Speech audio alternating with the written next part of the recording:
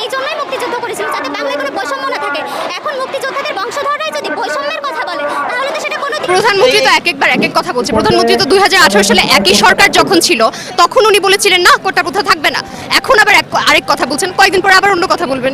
আন্দোলনের নামে যেটা আবার করা হচ্ছে, পড়াশোনার সময় নষ্ট করা, এটারও কোনো যৌক্তিকতা আছে বলে কোঠা আন্দোলনে ঢাকা বিশ্ববিদ্যালয়ের সকল ছাত্রছাত্রীরা রাজপথে নেমেছে, ধর্মঘট করতেছে, মিছিল করতেছে, মানতেছে না তারা কোনো কিছু, বলতেছে আমাদের দাবিটা মেনে নিতে হবে, আমাদের দাবিটা মেনে নিতে হবে, যে কোনো টাইম একটা কিছু হয়ে যেতে পারে। দর্শক চলুন ভিডিওটা দেখে আসি। প্রধানমন্ত্রী তো এক একবার এক এক কথা বলছে। প্রধানমন্ত্রী তো 2018 সালে একই সরকার যখন ছিল তখন উনি বলেছিলেন না কোটা প্রথা থাকবে না, এখন আবার আরেক কথা বলছেন, কয়েকদিন পরে আবার অন্য কথা বলবেন। উনি বলেছেন যে আমাদের পড়াশোনা করতে এবং এটা যৌক্তিক আন্দোলন হচ্ছে না। ঠিক আছে, ওনার কথা মেনে নিয়ে আজকে আমরা সবাই বাসায় চলে গেলাম এবং আমরা খুব পড়াশোনা করলাম এবং চমৎকার একটা রেজাল্ট করলাম। তারপর কি হবে? চাকরিটা আমাদের কে দেবে? পড়াশোনার মূল কাহিনী তো এটা যে শেষ পর্যন্ত কি আমাদের একটা চাকরি করতে হবে, আমাদের তো অন্য বস্তুর একটা জোগাড় করতে হবে। সেটা আমরা কেমন করে পাবো যদি কোটা প্রথার কারণে বেশিরভাগ মেধাবীরাই নিয়োগ না পায়? কিন্তু আপনাদের এই আন্দোলন সংগ্রামের পরেও কিন্তু হাইকোর্ট কিন্তু অলরেডি রায় দিয়েছে, তাহলে এই হাইকোর্টের রায়ের বিরুদ্ধে হয়ে যাচ্ছে না? হাইকোর্ট যেই রায়টা দিয়েছে সেটা যদি সংবিধানের সাথে সাংঘর্ষিক হয়, আমি আপনাকে বলছি সংবিধানের অনুচ্ছেদ 19, 29, 28, 23 এই সকল অনুচ্ছেদে লেখা আছে যে সমতার কথা, এবং শুধুমাত্র এটা ব্যতিক্রম হবে যখন তারা অনগ্রসর জনগোষ্ঠী, যেমন প্রতিবন্ধী বা এথনিক মাইনরিটি। মুক্তিযোদ্ধারা কি সেটা? অবশ্যই না, তারা ভাতা পাচ্ছে, তারা বিভিন্ন সুযোগ সুবিধা পাচ্ছে। তাহলে হাইকোর্টের রায়টাই হয়ে যাচ্ছে সংবিধানের সাথে সাংঘর্ষিক, এই রায় বাতিল করবে। আন্দোলন দেখে হাইকোর্ট তার রায় পরিবর্তন করে না, কি বলবেন? আন্দোলন, আচ্ছা হাইকোর্ট কাদের জন্য? আমার প্রশ্ন, হাইকোর্ট নিশ্চয়ই আমাদের জন্য, সাধারণ জনগোষ্ঠীর জন্য। হাইকোর্ট 10 বছর পর এই প্রধান বিচারপতিও থাকবে না, আমাদের এইখানের একজন মেধার ভিত্তিতে যখন নিয়োগ দেওয়া হবে এইখানের একজন হবে সেই প্রধান বিচারপতির জায়গায়। হাইকোর্ট যেখানে আমাদের অধিকার সংরক্ষণের কথা, সেখানে সংবিধানের সাথে সাংঘর্ষিক রায় দিলে অবশ্যই সেটা বাতিল করতে হবে।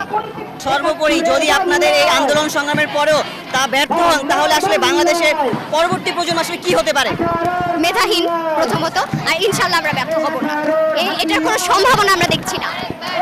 সম্ভাবনা দেখছি না, যেখানে প্রধানমন্ত্রী বলছে আপনাদের এই প্রধানমন্ত্রী তো এক একবার এক এক কথা বলছে। প্রধানমন্ত্রী তো 2018 সালে একই সরকার যখন ছিল তখন উনি বলেছিলেন না কোটা প্রথা থাকবে না, এখন আবার আরেক কথা বলছেন, কয়েকদিন পরে আবার অন্য কথা বলবেন। মেধাবীরা 44% নিয়োগ পাচ্ছে, তার মানে 56% যারা, তারা সেই মেধাবীর সমকক্ষ নয়। তার মানে মেধাবীদের যেখানে বঞ্চিত করে কোটাধারীদের দেওয়া হচ্ছে, সেখানে তো চাকরিতে বা বিভিন্ন উন্নয়নমূলক কর্মকাণ্ডে ওরকম আশার মতো ফল পাওয়া যাবে না, এটাই স্বাভাবিক। যেখানে হচ্ছে সরকার আপনাদের এই কোঠা পাথার বিপক্ষে চলে গেছে বলা যায় প্রথম, এবং আমরা দেখছি যত বিরোধী দলগুলো আছে, বিএনপি সহ যে বিরোধী দলগুলো, তারা এই কোঠা পাথার তারা আপনাদের পাশে দাঁড়িয়েছে এবং তারা সমর্থন করেছে, কি বলবেন? কি বলবো, ওনারা যৌক্তিক দেখেছে, ওনারা আমাদের পথে এসেছে, আশা করি একসময় সরকারও আমাদের একটা যৌক্তিক দেখবে। প্রথমত উনি যে বলেছেন যে এটার যৌক্তিকতা উনি দেখেন না, কেমন করে উনি এটার যৌক্তিকতা দেখেন না, সেটার যৌক্তিকতা আবার আমি দেখি না।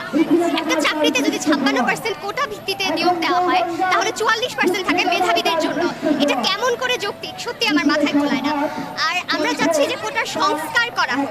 কোটা সংস্কার আর পুরোপুরি কোটা নির্মূল দুটা এক নয়।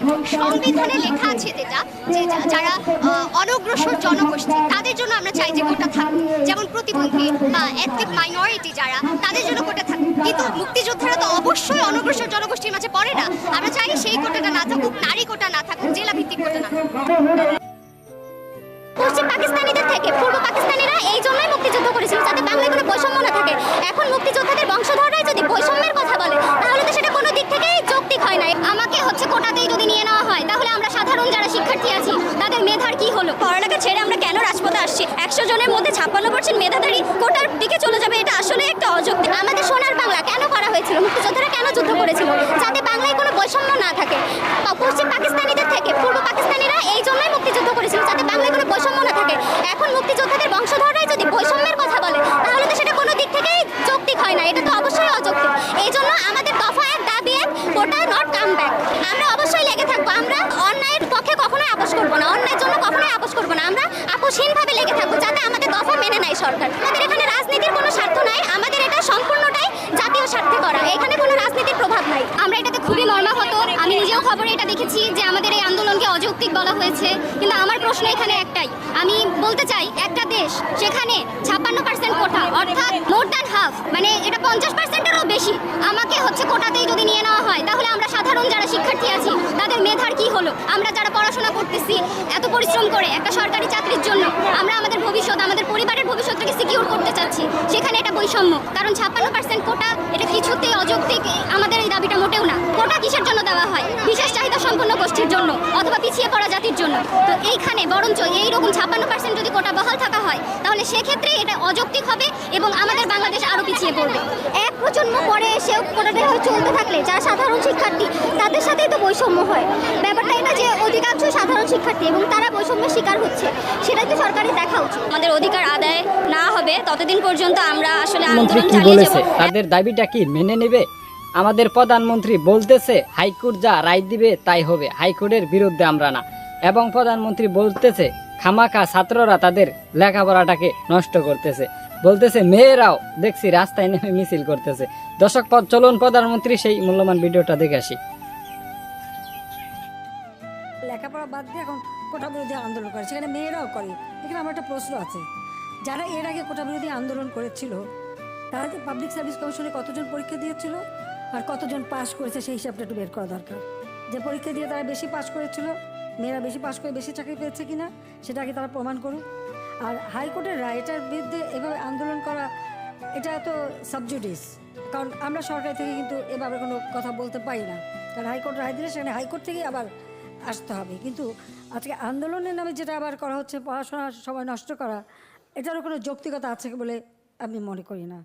সার্বজনীন পেনশন স্কিম আমরা দিয়েছি, এটা সকলের জন্য, এটা আমাদের নির্বাচনী ইস্তাহারে ছিল, 2008-এ নির্বাচনী ইস্তাহারে আমরা করতে পেরেছি। কাজে কেউ যাতে বঞ্চিত না থাকে সেই জন্য কিন্তু বিভিন্ন স্তর ভেদে